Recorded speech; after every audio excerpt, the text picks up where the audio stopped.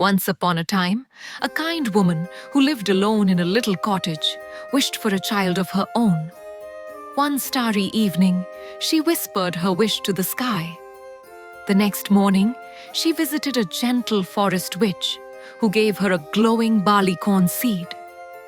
The woman planted it carefully, and soon a beautiful flower bloomed. When the petals opened, there sat a tiny girl with golden blonde hair, sparkling blue eyes, and a dress made of pastel petals. She was no bigger than a thumb. The woman smiled with joy. "I'll call you Thumbelina." They lived happily together, and Thumbelina slept in a walnut shell bed lined with rose petals. But one night, a toad mother with warty green skin and yellow eyes hopped in through the window and took Thumbelina, cradle and all. She wanted Thumbelina to marry her awkward toad son and placed her on a lily pad in the river. Luckily, a kind fish chewed through the stem, and the lily pad floated away with Thumbelina. But soon, a beetle scooped her up and took her to a tree, only to leave her alone after the other beetles whispered, "She's not like us." Seasons passed. In winter, Thumbelina was taken in by a sweet field mouse. The mouse introduced her to a wealthy mole who wanted to marry her. But Thumbelina didn't want to live underground. She missed the sun and flowers. One day in the tunnels, she found a swallow lying cold and still. She cared for him all winter. In spring, he opened his eyes and said, "Come with me to a warm land." Thumbelina climbed onto his back, and they soared into the sky.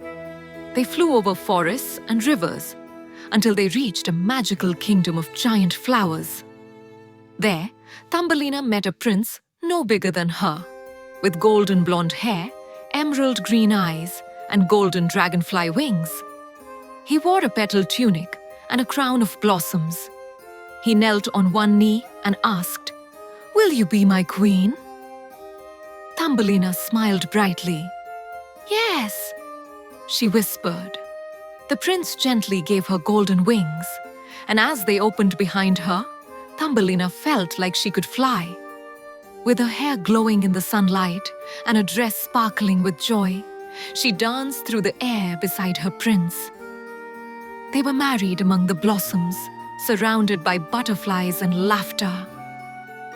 Thumbelina had finally found a home, a land just her size, filled with love, light, and happiness. But even in her joy, Thumbelina's heart ached for the kind woman who had cared for her from the day she was born from a flower. One evening, as the golden light faded over the magical kingdom, she turned to the flower prince and softly said, "There is someone I miss dearly, my mother. I wish I could see her again, even for a moment." The prince smiled warmly, his emerald eyes glowing. "Then we shall go to her, my love."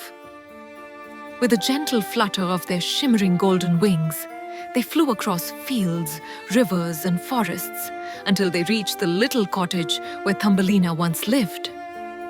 Her mother was tending to her garden when she looked up, and her eyes widened with joy. "My sweet Thumbelina!"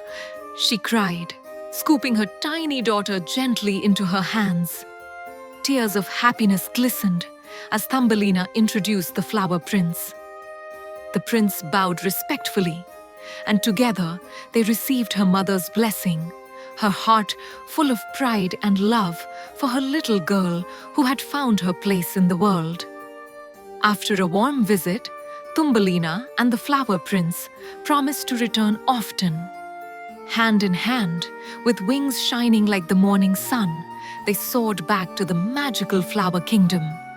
And there, surrounded by blossoms and the laughter of their tiny friends, they lived happily ever after.